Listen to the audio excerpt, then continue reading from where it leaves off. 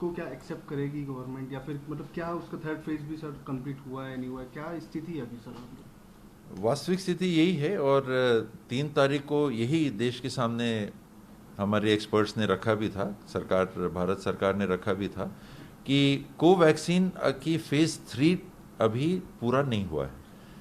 करीब 28,300 या 28,000 के आसपास सैंपल लेने थे और करीब 23,000 कुछ ही ले पाए हैं, तो वो प्रोसेस में है। लेकिन फेज़ 1 और फेज़ 2 के ट्रायल से उन्होंने ये अनुमान लगाया कि ये सेफ़ है, इसकी इम्यूनोजेनिसिटी प्रमाणित हो गई है, तो इमरजेंसी यूज़ के लिए इसको लगा रहे हैं। इमरजेंसी यूज़ का जो शब्द है ये भी कंफ्यूजिंग हो जाता है, क्योंकि ये जो पूरा कार्यक्रम वैक्सीनेशन का है ये इमरजेंसी यूज़ ऑथराइजेशन के तरफ ही हो रहा है। जब ऐसी कोई आपात स्थिति आती है तब सामान्य स्थिति में वैक्सीनों को बनाने के लिए जो समय लगता है उस समय को तोड़ के और कम समय में अनुमति दे दी जाती है। तो इसी इमरजेंसी यूज़ ऑथराइजेशन के अंतर्गत जो 5 से 15 साल वैक्सीन बनने के लिए लगता है वो आपने 5 महीने में बना दिया। तो आपने उसके परिणाम को अभी देख नहीं पाए कि इसके आफ्टर इफेक्ट्स क्या हो सकते हैं। आज आपको सही मायने में ये नहीं मालूम कि ये जो हम वैक्सीन लेंगे, चाहे वो कोविशील्ड हो, चाहे वो कोवैक्सीन हो, चाहे वो फाइजर की हो, चाहे मॉडर्ना की हो, इसकी शील्ड हमको कितने समय तक है? 6 महीने तक नहीं होगा कि 2 साल तक नहीं होगा कि 5 साल तक नहीं होगा कि आजीवन नहीं होगा? ये जानकारी के बिना हम इस काम को कोविड के अत्यधिक दबाव में दुनिया कर रही है, इसीलिए इमरजेंसी यूज ऑथराइजेशन। और इमरजेंसी यूज ऑथराइजेशन के अंदर हमने कोवैक्सीन को इमरजेंसी के लिए कहा कि कोई ऐसी इमरजेंसी आती है तो आप इसका इस्तेमाल कर लो। तो सामान्य जो इस्तेमाल करना है उससे अभी जब तक पूरे रिजल्ट नहीं आ जाते, मेरी राय है कि हमको रुकना चाहिए। तो सर जब तक थर्ड ट्रायल नहीं हो जाएगा सर, उसके पूरे डिटेल्स नहीं आ जाएंगे, तब तक क्या हम लोग एक्सेप्ट नहीं करेंगे? मतलब छत्तीसगढ़ नहीं करना चाहिए, इसको नहीं करना चाहिए। तो सर फिर कोविशील्ड के लिए फिर? हाँ, कोविशील्ड अभी तक संकेत भी यही है कि कोविशील्ड ही आएगी जो बड़े पैमाने पे इस्तेमाल होना है, तो उसका इस्तेमाल हम सबको करना चाहिए।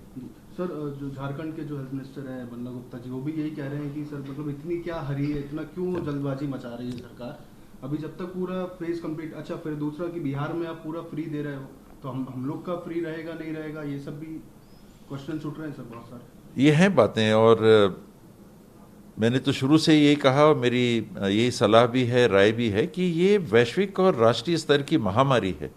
तो राष्ट्रीय कार्यक्रम जैसे स्वास्थ्य के होते हैं या अन्य राष्ट्रीय कार्यक्रम होते हैं, आपदा की स्थिति में केंद्र की सरकार जैसे जिम्मेदारी निभाती है, इस आपदा की स्थिति में भी बिना लाग लपेट के केंद्र सरकार को आगे आके और सहृदयता से कहना चाहिए कि नहीं, ये पूरा जो कार्यक्रम कोविड के वैक्सीनेशन का है, ये केंद्र सरकार वैक्सीन उपलब्ध कराएगी। यानी इसमें इसको लटके नहीं रहने देना चाहिए। तो सर क्या एक्सपेक्टेशन है, मतलब क्या फिर मांग होगी अभी 11 तारीख को पीएम से भी? फिर ये आएगी, बात जरूर आएगी, और मुझे लगता है कि उनको कर देना चाहिए। स्वास्थ्य मंत्री जी केंद्र के तो बोल गए थे, बोलने के बाद फिर उन्होंने बाद में क्लैरिफिकेशन दे दिया। तो मुझे लगता है कि एक जो निर्णय शायद जो हो गया हो या होने वाला हो, उसका अनुमान लगा कि उनने बोल दिया, फिर क्लैरिफाई किया कि नहीं, अभी तो जो भेज रहे हैं उसी के लिए है, कि इसमें इसको रोकना नहीं चाहिए, कर देना चाहिए। तो सर हम लोग फिर जो बात करेंगे वो छत्तीसगढ़ के लिए जो कोविशील्ड है सीरम इंस्टीट्यूट वाली, उसी के लिए फिर वही आएगी ऐसा अनुमान लग रहा है। दूसरी वैक्सीन आती है तो मैं कॉन्फिडेंट नहीं हूं अभी अपने तरफ से कि मैं नागरिकों को बोल सकूं कि आप लगा लो। मैं अपनी बात, और अगर मैं भी जिम्मेदारी की जगह में हूं तो मैं यही चाहूँगा कि उसको थोड़ा सा रुक के इस्तेमाल करना चाहिए। बन गया है, हमने उसको रखा है इस्तेमाल के लिए, जहाँ जो लगाना चाहें लगा लें, लेकिन उसको पुश नहीं करना चाहिए।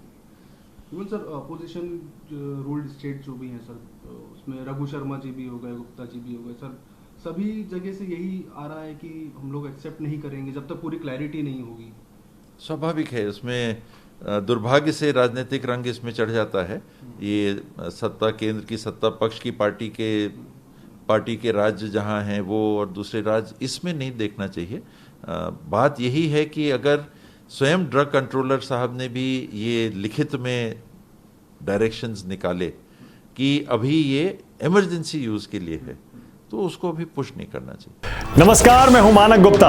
अगर आपको हमारा ये वीडियो पसंद आया हो तो इसे लाइक और शेयर जरूर करें, और हां, हमें सब्सक्राइब और फॉलो करना ना भूलें ताकि आप देश और दुनिया की कोई खबर मिस ना करें। तो जुड़े रहिए हमारे साथ और देखते रहिए न्यूज़ 24।